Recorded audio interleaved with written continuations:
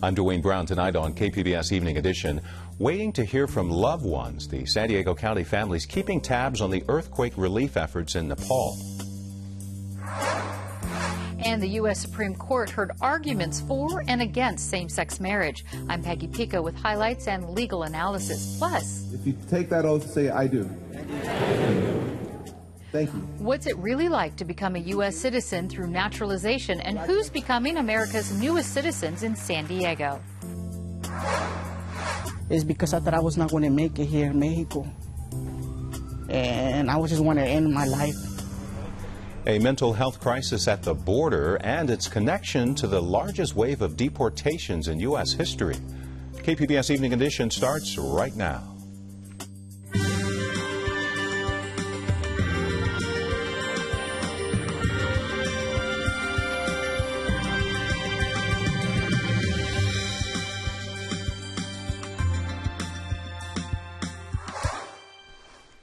Hi, good evening. Thanks for joining us. A new report out tonight shows Mayor Kevin Faulconer's proposed fiscal spending plan has plenty to offer San Diegans, but there are some areas of concern. KPBS Metro reporter Taryn Minto talks to the woman who crunched the numbers and raises questions about where the money is coming from.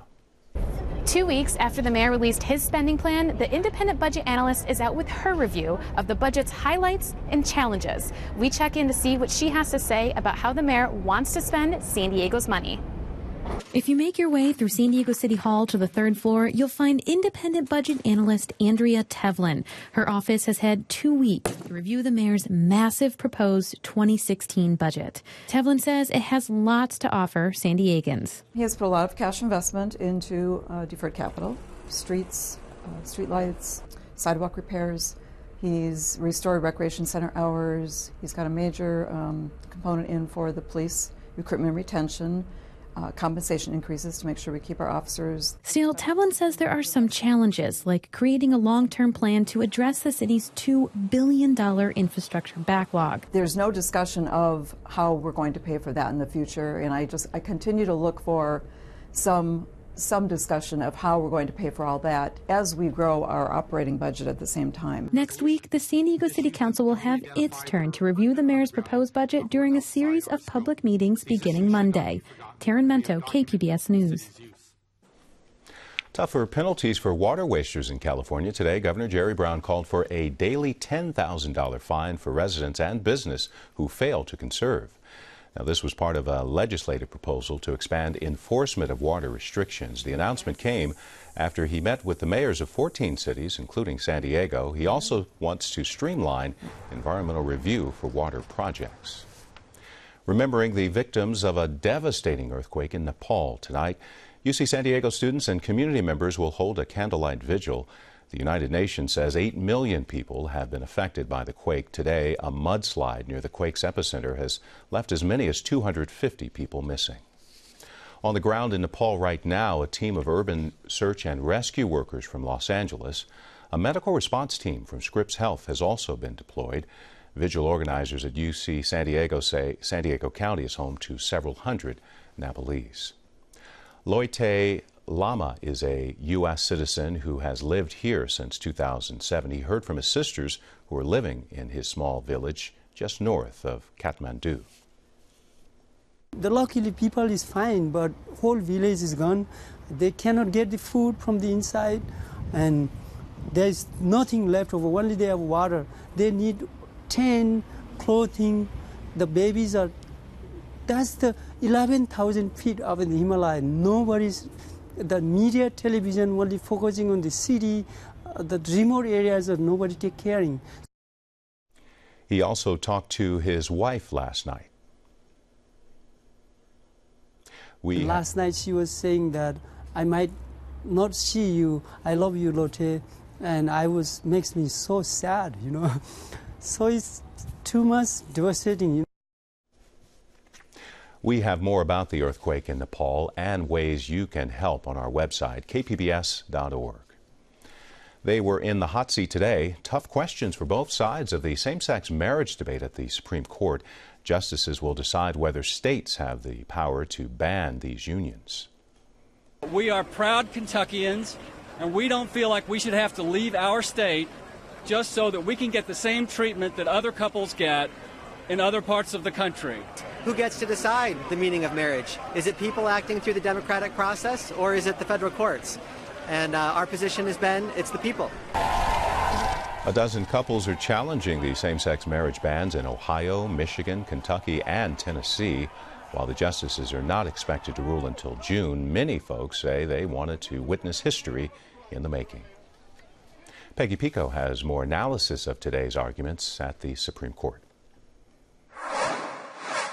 For 2.5 hours this morning, the justices heard oral arguments in 4 same-sex marriage cases consolidated under the title of Obergefell versus Hodges. Here with highlights and analysis of today's sessions are constitutional law professor Glenn Smith with California Western School of Law and legal analyst Dan Eaton. And Dan, what are the key questions the justices are considering in this case? Peggy, there are 2 questions before the court. One, does the 14th Amendment of the United States Constitution require states to issue marriage licenses to couples of the same sex? 2, are states required to recognize lawful same-sex marriages that are performed and licensed in other states, even if those states themselves do not recognize those marriages? So that's a different consideration that I want to wrap back around to in a bit. But Glenn, Mary Bonato, a prominent gay rights attorney who's in support, obviously, of same-sex marriage, opened the hearing today. Right. What were some of the questions asked of her?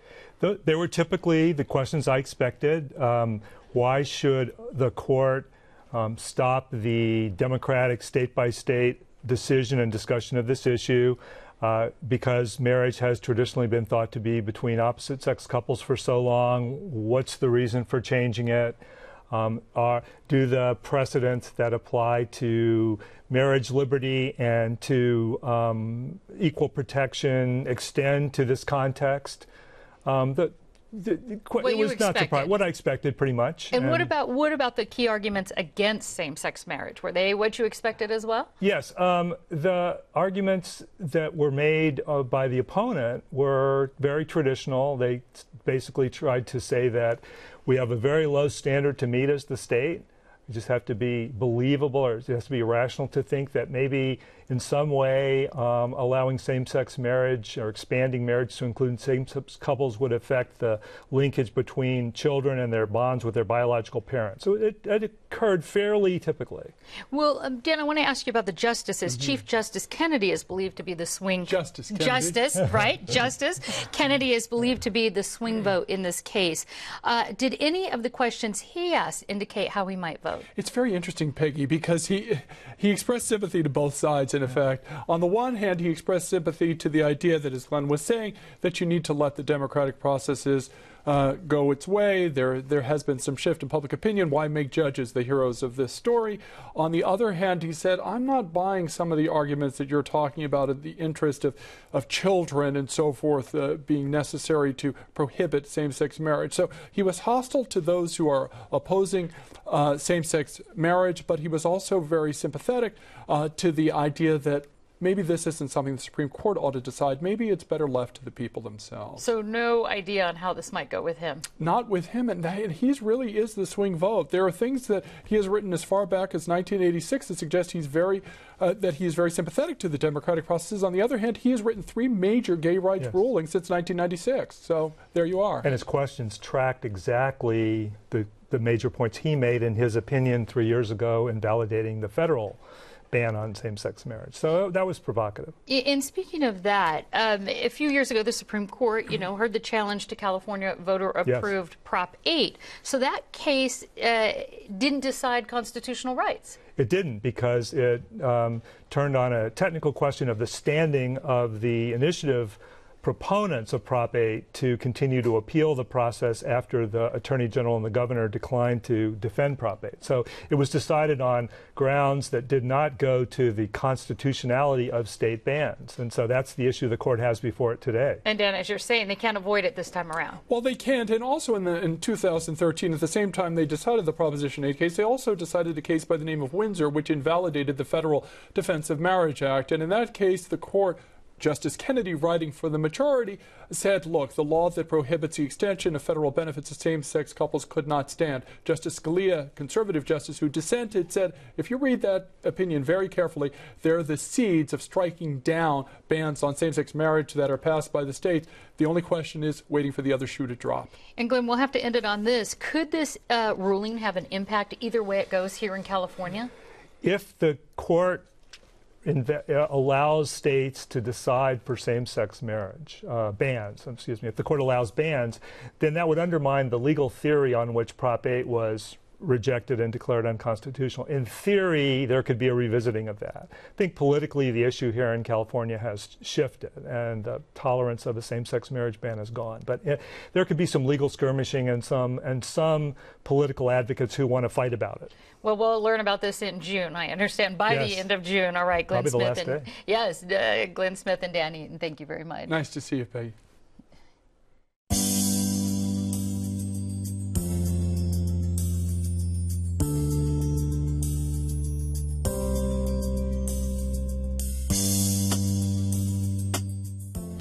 Deportations from the U.S. to Mexico are causing a strain on mental health resources in Tijuana. KPBS Fronteras reporter Jean Guerrero investigated the options for deportees with mental health problems. Cuauhtemoc Martinez developed severe depression when he was deported to Tijuana last year. He had lived in the U.S. for as long as he could remember and saw Mexico as a dangerous place. I was scared. I'm still scared. Sometimes I wake up scared. In December, he lost all hope and tried to kill himself. He threw himself in front of a speeding car. It's because I thought I was not going to make it here in Mexico. And I was just wanting to end my life. My knee was all messed up. My back, my face was all stitched up. When I woke up, the doctor was all, it's a miracle. I'm like, yeah, but I didn't want to be alive. Martinez is among a rising number of Mexican deportees suffering from mental health problems such as depression and anxiety. Few of them are receiving treatment. The largest wave of deportations in U.S. history has been putting a strain on mental health resources in Tijuana, which receives at least 40% of the country's deportees. But while Martinez was recovering from his injuries at a migrant shelter called Desayunador Salesiano, he met volunteer psychologist Maria Rosa Ponciano. Ponciano says the increase in mental health problems among deportees is tied to the fact that most of them had established roots in the U.S. They lost their family, they lost their home, they lost their job. But they come here and this country doesn't even give them what is their right. She says many of her patients report feeling rejected and sometimes criminalized by Mexicans. They feel they're people without a right to live.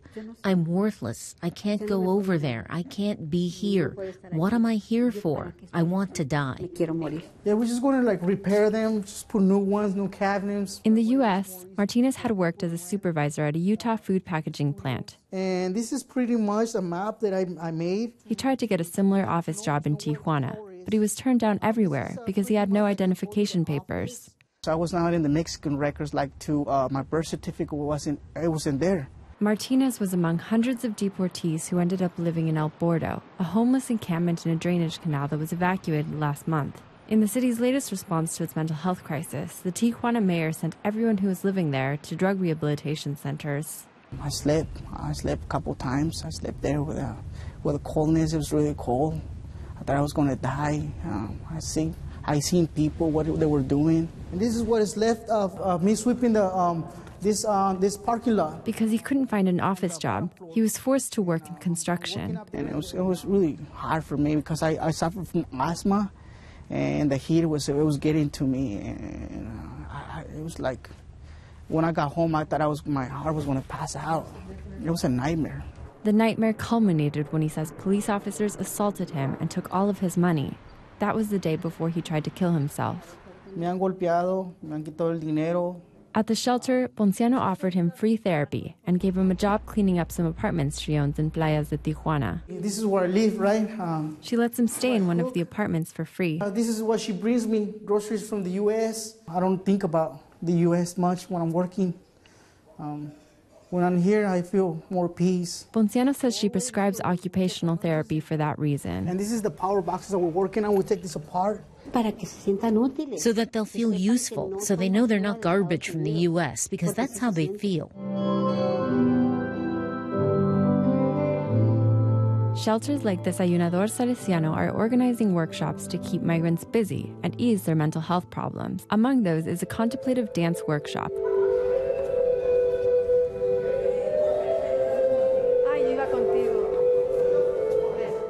There's also a puppet-making workshop. Shelter director Oscar Torres says a big increase in deportees with mental health problems and the lack of formal infrastructure to treat them has forced his migrant shelter to improvise new ways to help. If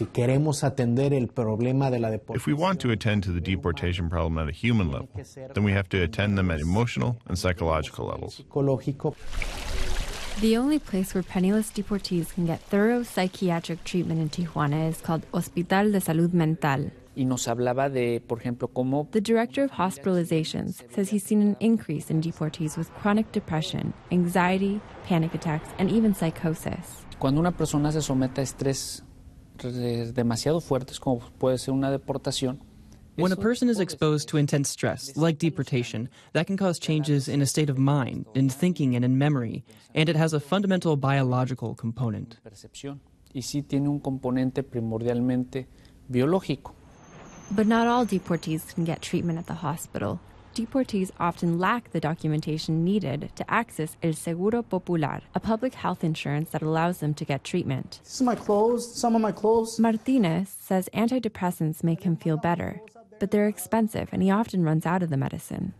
I'm living on a building up in Playas, and sometimes I go to the third building and I see everything. I see the ocean and I see how people have the cars, how they're living a great life. And me, I'm miserable. I'm miserable here in Mexico.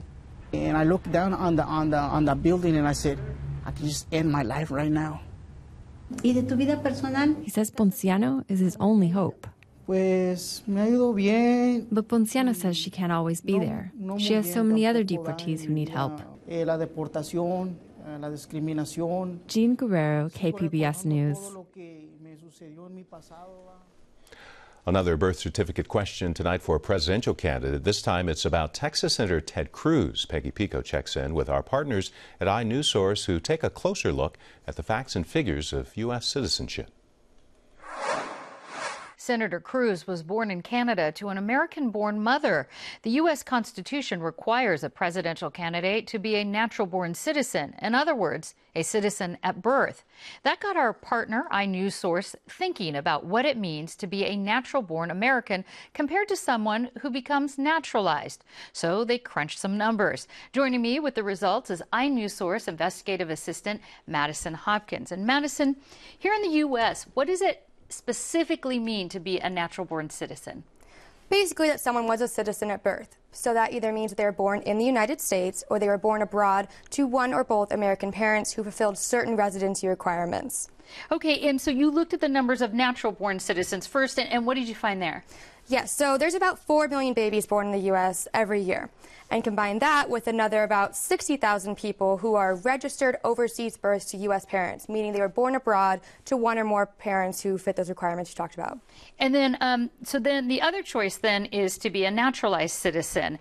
What does it mean to be a naturalized citizen? How does that process actually work? That means that a legal permanent resident who's come over here, an immigrant who's come over here, fulfills certain requirements for citizenship, including being a permanent resident, a green card holder, for at least 5 years in most cases, 3 years if you're married, or 1 year if you were serving that time honorably in the military. And then they have to go through an application process to complete the path to citizenship. And you did some numbers on this. How many people did you find? We looked at those numbers, and last year across the country, we found that 650,000 people became citizens. And we also looked at the numbers of naturalized citizens since 2001 and saw that more than 9 million people were naturalized in that time period. So the total number of naturalized citizens from 2001 to 2014 was? More than 9 million. It was 9,454,657 to be exact. In that 13-year period. Yes. I see. Now, you actually went to a naturalization ceremony here in San Diego a few weeks ago.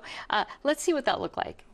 My name is Rishi Ranjan. I'm 40 years old and I'm from India. Peggy Washiko. I'm 31 and I'm from China. Myra Ramirez Sandoval, and I'm 35 years old. My name is Christopher O'Kane and I'm 40 years of age and I'm from Ireland originally. All of these applicants have been examined by the United States Citizenship and Immigration Services and have been found to be qualified to become United States citizens. I moved because of the discrimination in my country, and because I used to work with the American force in north of Iraq, and the terrorists, when they figured out that I was working with the Americans, they threatened me. So that's why I want to escape that country and live in a country that believes in civil rights. I got married, and my husband is a U.S. citizen, so I had to move over here. I came here through work and realized the good American life and the American dream, so just gonna pursue that. Oh, I got married. My husband's a Marine. Just looking for something different, some adventure. Came over to visit and just sort of like the lifestyle. I will now administer the oath of allegiance to the class. I hereby declare on oath that I will support and defend the Constitution and laws of the United States of America, and that I take this obligation freely, without any mental reservation or purpose of evasion, so help me God. If you take that oath, say, I do. Thank you. Please be seated, and congratulations. So, Madison, we heard so many various reasons as to why people want to become U.S. citizens. What else can you tell us about sort of the profile of someone who is a naturalized U.S. citizen? Well, with the help of KPBS graphic designer Jorge Contreras, we created an avatar of a naturalized citizen using the most common traits according to the data. In other words, when we looked at the demographics, things such as age and employment. Take a look.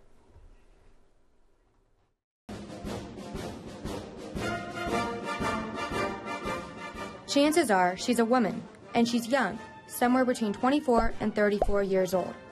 She's married, and she doesn't work outside of the home, which could mean she's a homemaker, a student, retired or unemployed.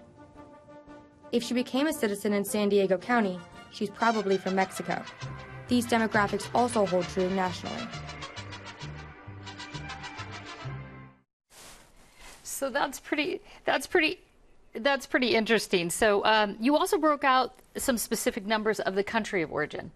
Yes. So here in San Diego County for fiscal year 2012, which is the most recent data available, we found that just over 5,000 naturalized citizens were from Mexico. And across the country, the picture is a little different. There, the leading country of origin for new U.S. citizens is the other category, which means that out of the 196 total countries, these didn't fit into the top 20 countries, and they made up the rest of this, reflecting the true diversity of it. So in that other category, we had 278,276 people naturalized. And from Mexico again? And from Mexico overall, that was 102,182 people.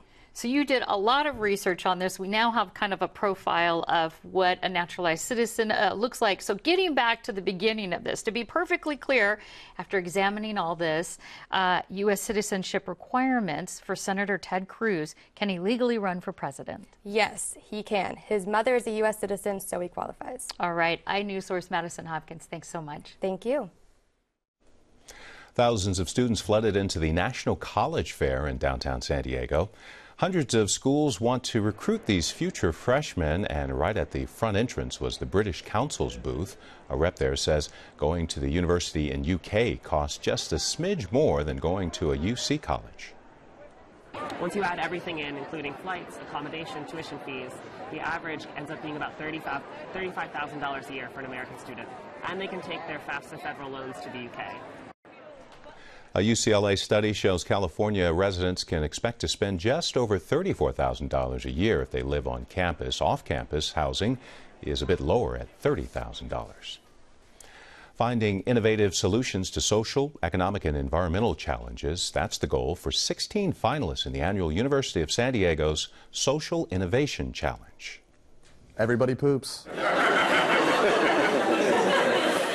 But what if you couldn't? From practical solutions like toilets for the disabled in Uganda, these budding student entrepreneurs have 6 minutes to pitch their ideas for a shot at winning $75,000 in seed money to get it going. Therefore, I started the God First Foundation with a mission to build and operate a self-sustainable, high-quality and affordable private schools in villages in Ghana. Social Innovation Challenge is celebrating its 5th year on the University of San Diego campus, supporting student-driven ideas that meet social needs, like Fresh Truck. Now in its 3rd year, primarily serving homeless people in downtown San Diego, keeping prices low at $4 or less for every item on the menu. Teresa Smith is one of the judges for this year's competition. She won the grand prize 3 years ago to help launch her food truck. With this model is that we're able, as a nonprofit, to provide a program and a service to the community without it breaking our bank or having to involve heavy fundraising. So our break-even point is pretty much hitting every month. The competition is open to college students throughout the county. Many have taken note of the food truck's success, with the 2nd truck now operating in the North County. It's not about money, but it's being cost-effective, so those resources can be put back into those causes. And that's being that responsible not only to, the people that you're trying to serve, but to the community as a large. Time.